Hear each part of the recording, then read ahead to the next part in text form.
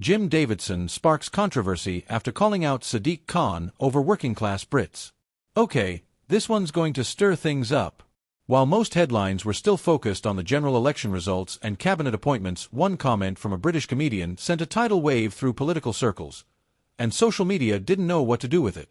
Jim Davidson, outspoken, uncensored, and never one to play the politically correct game, just said something about Sadiq Khan that lit the fuse on a whole new debate. And whether you agree with him or not, what he said is sparking a conversation a lot of politicians have tried to avoid. It happened during a podcast taping over the weekend. Davidson, known for his old-school, tell-it-like-it-is attitude, was asked about the state of London under Sadiq Khan. And in typical Davidson fashion, he didn't hold back. He leaned forward and said, "People like me, working class, born and bred Brits, were being left behind. And if we question anything, we're called bigots. That's not progress, that's censorship." He then went on to accuse Khan of neglecting the needs of white working-class communities, especially women, in favor of what he called hyper-progressive, box-ticking politics. Now, again, Davidson's style is bold, often controversial. But this time, the impact was immediate. Within hours, clips from the show started trending on X and TikTok. Some praised him. Others slammed him.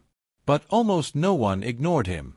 Let's unpack what actually happened and why this moment matters. For years, there's been growing frustration in parts of Britain, especially in working-class communities, about a political class that feels distant, disconnected, and more concerned with optics than outcomes.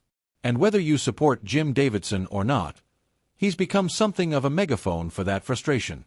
He's been vocal about knife crime, policing, housing, and what he sees as London's cultural decline, especially under Sadiq Khan's leadership. But this latest rant hit harder because of its emotional tone. He talked about single mothers afraid to go out at night. He talked about elderly residents being priced out of their own neighborhoods. He even referenced local councils shutting down community centers while pouring funds into what he called performative inclusion campaigns. In short, he was calling out what he sees as a growing gap between everyday Britons and the people who claim to represent them. Now let's look at the other side. Sadiq Khan's office responded within 24 hours, carefully, but firmly. A spokesperson said, "The mayor is proud to serve all Londoners, regardless of background.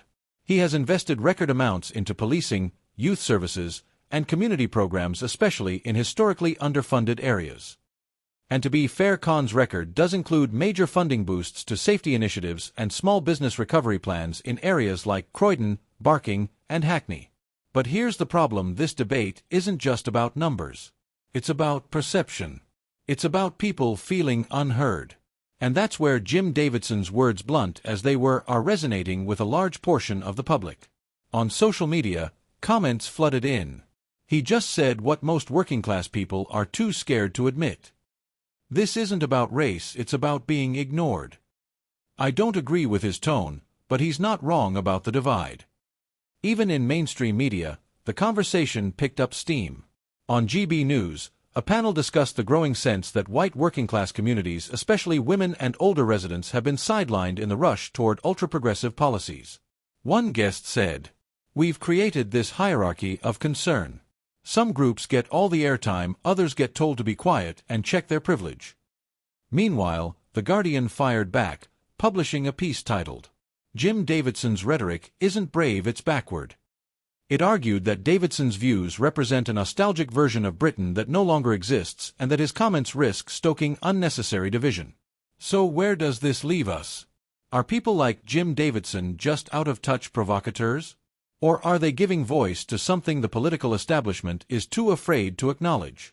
Because let's be honest, something is bubbling beneath the surface.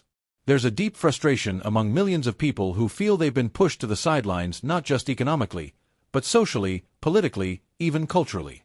And when their pain isn't addressed, someone's going to step up and speak for them. Sometimes it's a journalist. Sometimes it's an MP.